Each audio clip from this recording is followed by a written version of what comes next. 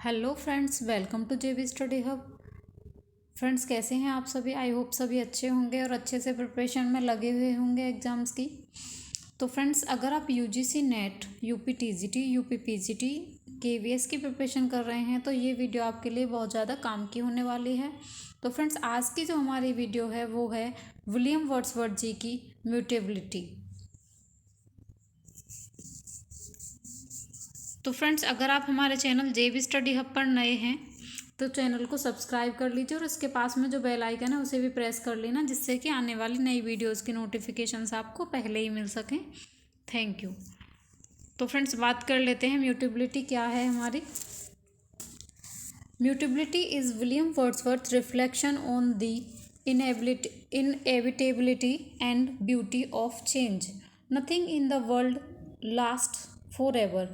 The poem argues and dissolution and decay can be shocking, but those who can accept change also learn to see the universe from a broader perspective. Understanding that even mortal and mutable creatures are part of an eternal music. तो friend, जान लेते हैं mutability क्या है। Mutability जो है हमारी एक पोएम है वर्ड्सवर्थ जी के द्वारा लिखी गई। Is Wordsworth reflection on the inevitability of change. तो फ्रेंड, जो ये पोएम है वो बात करती है किसकी? जो इनएबिटेबिलिटी के बारे में, परिवर्तन की अनिवार्यता के बारे में, एंड ब्यूटी ऑफ चेंज। तो फ्रेंड्स, ये क्या कहती है कि चेंज होते हैं, परिवर्तन होते हैं, उनकी सुंदरता के बारे में भी। कि जैसे कोई चीज़ फ्रेंड्स, अगर चीज़ है कोई तो उसमें चेंजेस आते हैं तो वो खूबसूरत भी हो जाती है ना। ऐसे वर्ड्सवर्थ जी का मानना है। और वो ये ही इसमें क्या दिखाते हैं, म्यूटेबिलिटी पोएम में अपने विचारों का वर्णन करते हैं जो परिवर्तन है उसकी अनिवार्यता के बारे में। Nothing in the world last for ever. और फ्रेंड्स, दुनिया में कुछ भी जो है, nothing in the world last for ever, कुछ भी खत्म नहीं होता, हमेशा के लिए नहीं रहता है। इसका मतलब कुछ भी हमेशा के लिए नहीं रह सकता, क्योंकि चेंजेस तो होते रहते हैं।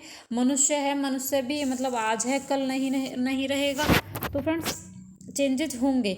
The poem argues that dissolution and decay can be shocking. तो पोएम में बताया गया है फ्रेंड्स कि डिसोल्यूशन एंड डिके, डिसोल्यूशन मतलब किसी चीज़ का अंत होना है ना, और फ्रेंड्स डिके मतलब किसी चीज़ का क्षीण होना या फिर दुर्बल होना, कमज़ोर होना। तो दोनों क्या हो सकते हैं फ्रेंड्स? कैन बी शॉकिंग, चौंकाने वाले हो सकते हैं। जैसे फ्रेंड्स, जैसे कोई भी चीज़ है हमारी, तो हर एक चीज़ का क्या होता है, अंत होता है। ये पोएम जो है फ्रेंड्स थोड़ी फिलोसॉफिकल है, तो इसी वजह से इसके जो सेंस को ना हमें फिलोसॉफिकल वे में ही लेकर के चलना पड़ेगा। तो फ्रेंड्स, वर्ड्सवर्थ जी कह रहे हैं कि जो मनुष्य है या फिर कोई भी चीज़ है तो उसका अंत होना, जैसे मनुष्य है तो वो एक दिन ख़त्म हो जाएगा, ऐसे ही चीज़ें क्या हैं, कमज़ोर होंगी, क्षीण होंगी, दुर्बल होंगी। तो ये चौंकाने वाले तो हो सकते हैं, but those who can accept changes also learn to see the universe from a broader perspective.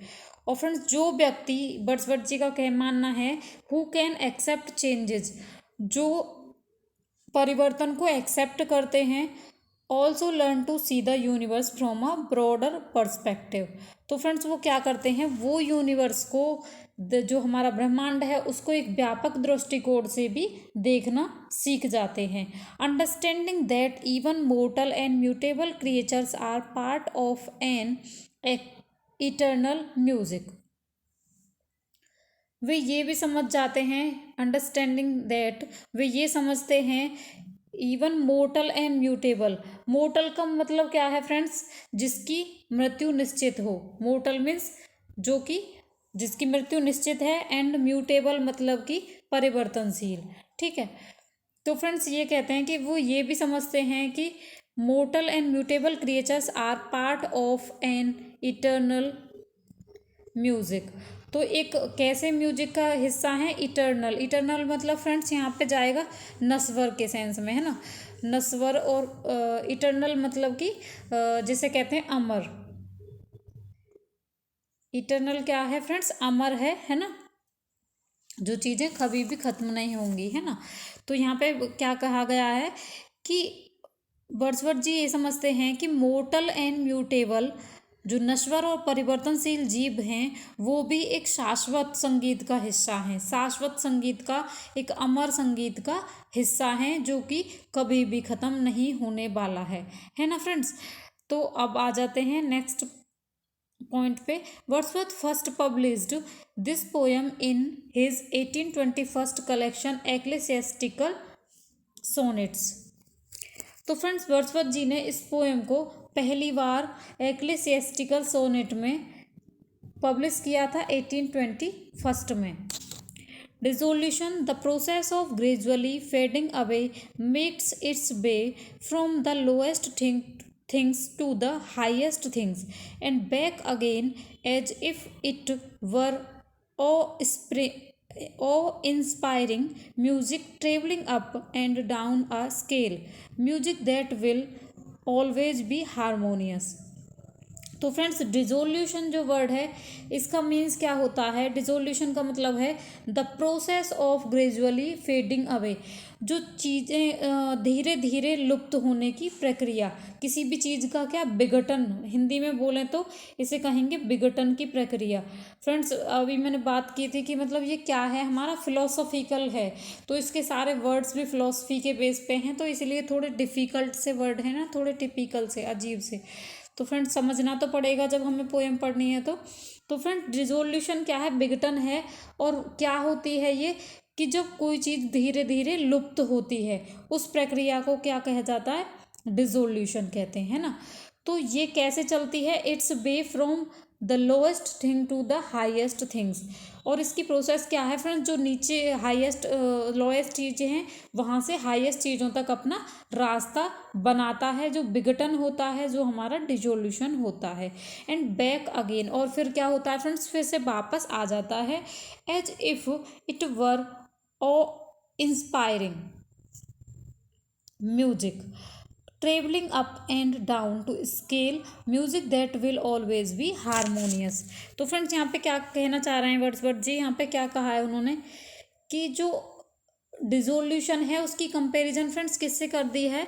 एक ओ स्प्रिंग और ओ इंस्पायरिंग म्यूजिक से, कि जो विस्मय प्रेरणादायक एक म्यूजिक है ना। फिर वो क्या होगा कि पहले वो नीचे से ऊपर चढ़ेगा और फिर क्या होगा? फिर वापस आ जाता नीचे, जो कि किससे कर रहे हैं? जैसे कि as if it were awe spring music travelling up and down to a scale, जैसे एक म्यूजिक होता है वो ऊपर जाता है नीचे आता है, मतलब कि जो सुर और ताल जो होते हैं हमारे, ऐसे है ना।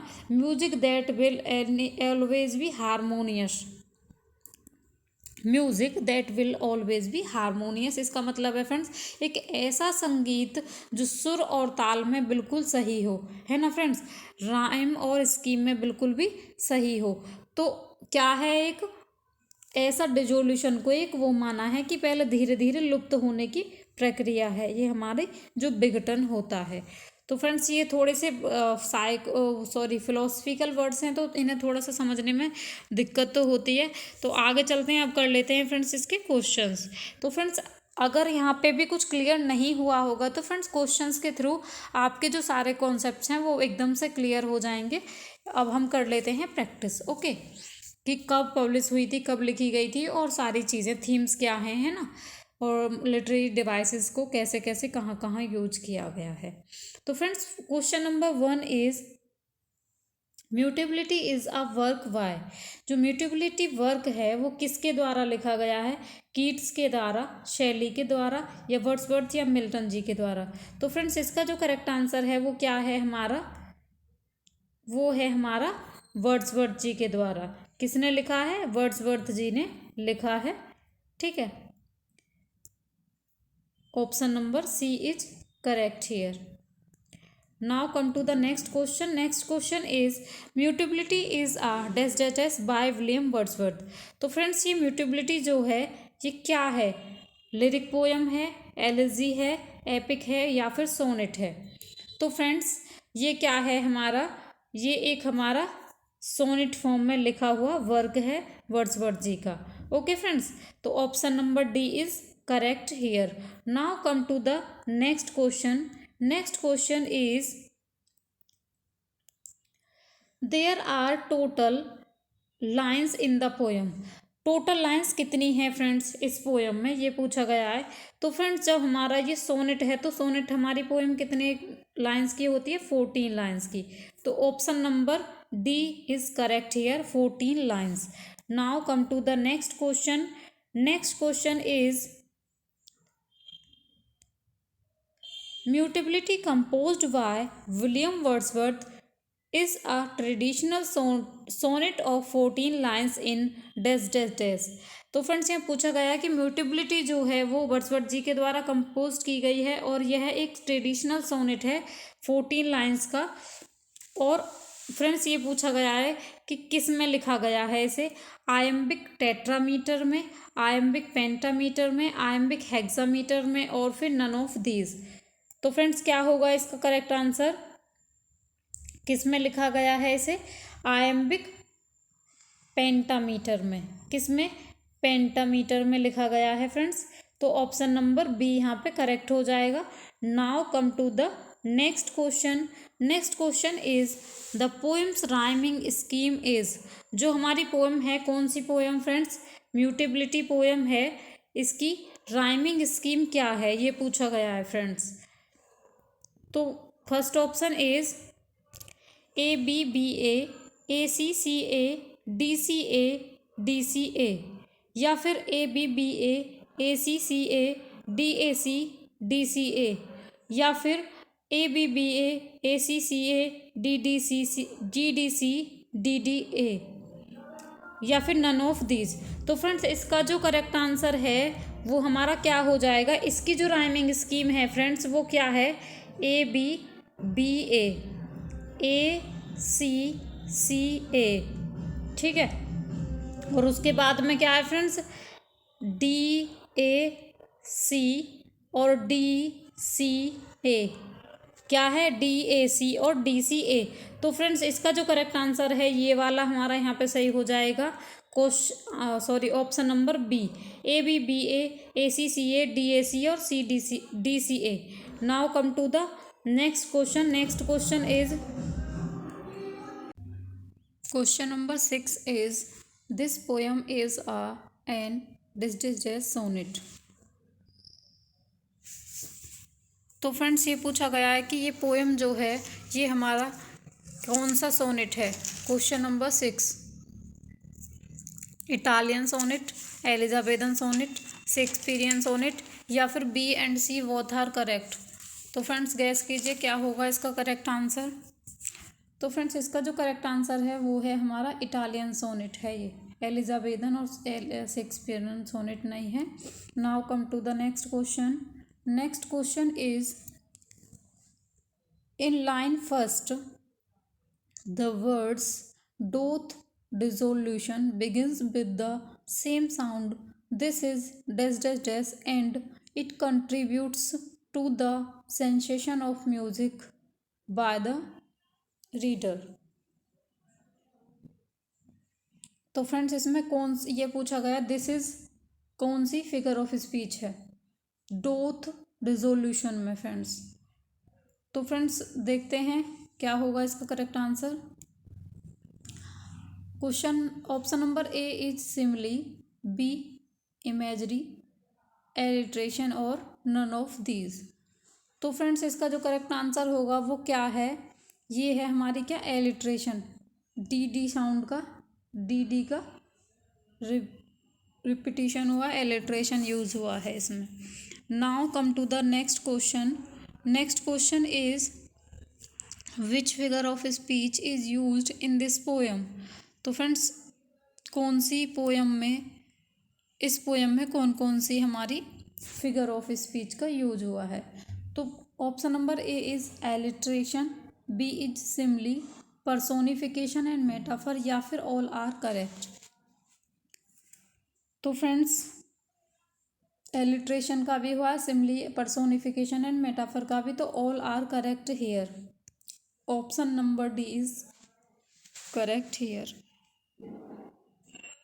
Question number 9, from low to high doth delusion climb are the lines of poet poem mutability. From high, low to high, ये जो लाइन्स हैं फ्रेंड्स, डो रिजोल्यूशन क्लाइंब, ये कौन सी लाइन्स हैं फ्रेंड्स, ये पूछा गया है इस क्वेश्चन में। ओपनिंग लाइन्स हैं, एंडिंग लाइन्स हैं, फोर्थ लाइन है या ये सिक्स्थ लाइन है हमारी।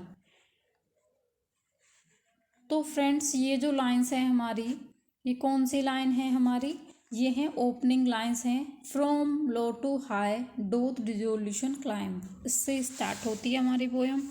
Now come to the next question, and next question is which they can hear who meddle not with crime is the deadest line of the poem. Which they can hear who meddled not the crime. Friends ये पूछा गया है कि ये कौन सी line है poem की। फिफ्थ लाइन है, सिक्स्थ लाइन है, या फिर सेवन्थ लाइन है, या फिर ये हमारी एंडिंग लाइन है। तो फ्रेंड्स इसका जो करेक्ट आंसर है वो हमारा क्या है, फिफ्थ लाइन है, ये हमारी फिफ्थ लाइन है। Which they can hear who meddle not with crime. Now come to the next question. Next question is some casual shout that broke the silent air or the unimaginable touch of time. Some casual shout that broke that silent air or the unimaginable touch of time are the lines of। ये पूछा गया friends, ये जो lines है ये किस poem, ये poem की कौन सी लाइन्स है। 30th and 40th ending lines, all are correct, या फिर नन ऑफ दीज। तो फ्रेंड्स आपको ये तो पता ही है कि ये एक सोनेट है, ठीक है, और सोनेट में कितनी लाइन्स हैं, यहाँ पे 14 लाइन्स हैं, और ये लास्ट की 2 लाइन्स हैं, तो ये 30th हो गई फ्रेंड्स और ये 40th हो गई। तो 30th एंड 40th लाइन पहला करेक्ट हो जाएगा हमारा। फिर रह दूसरा ऑप्शन एंडिंग लाइन, तो फ्रेंड्स ये भी सही हो जाएगा। तो इसी वजह से हमारा option number C is correct here. Okay friends, now come to the next question. Next question is Wordsworth wrote this poem around. Wordsworth ji ने इस पोएम को लिखा था, कब लिखा था, 1805 के लगभग में, 1807 के लगभग में, या 1802 के लगभग में, या 1821 के लगभग में। तो फ्रेंड्स ये पोएम जो लिखी गई है हमारी 1821 में लिखी गई थी। Now come to the next question. This poem was published in the year. Friends 1821 में लिखी गई थी, और पब्लिश कब हुई है ये पूछ रहा है। 1825 में, 1822 में, 1880 में, या फिर 1827 में। तो फ्रेंड्स इसका जो करेक्ट आंसर है वो है हमारा 1822 में। Now come to the next question. Next question is Mutability is another poem by English romantic poet. Friends Mutability नाम से ही एक और पोएम है, और वो लिखी है किसने, ये पूछा गया है। म्यूटेबिलिटी ही टाइटल लिया है, ठीक है, और वो भी एक रोमांटिक पोइट ही हैं। उनमें से किसने लिखा है ये देखना है। जॉन कीट्स जी ने, पीबी शैले ने, या फिर एसटी कॉलरिज ने, या फिर वर्ड्सवर्थ ने। वर्ड्सवर्थ जी की तो है ही, तो ये तो कट ही जाएगा। तो फ्रेंड्स इन तीनों में से चूज करना है किसने लिखी है। तो फ्रेंड्स ये पोएम जो लिखी गई है ये किसके द्वारा लिखी गई है हमारी, ये लिखी गई है पीबी शैले जी के द्वारा। पीबी शैले ने भी इसी नाम से, सेम टाइटल से पोएम लिखी है। Now come to the next question. Next question is the longest date do melt like frosty time that in the morning whitened hill and plain and is no more drop like the tower sublime। तो friends ये पूछा गया है lines are taken from.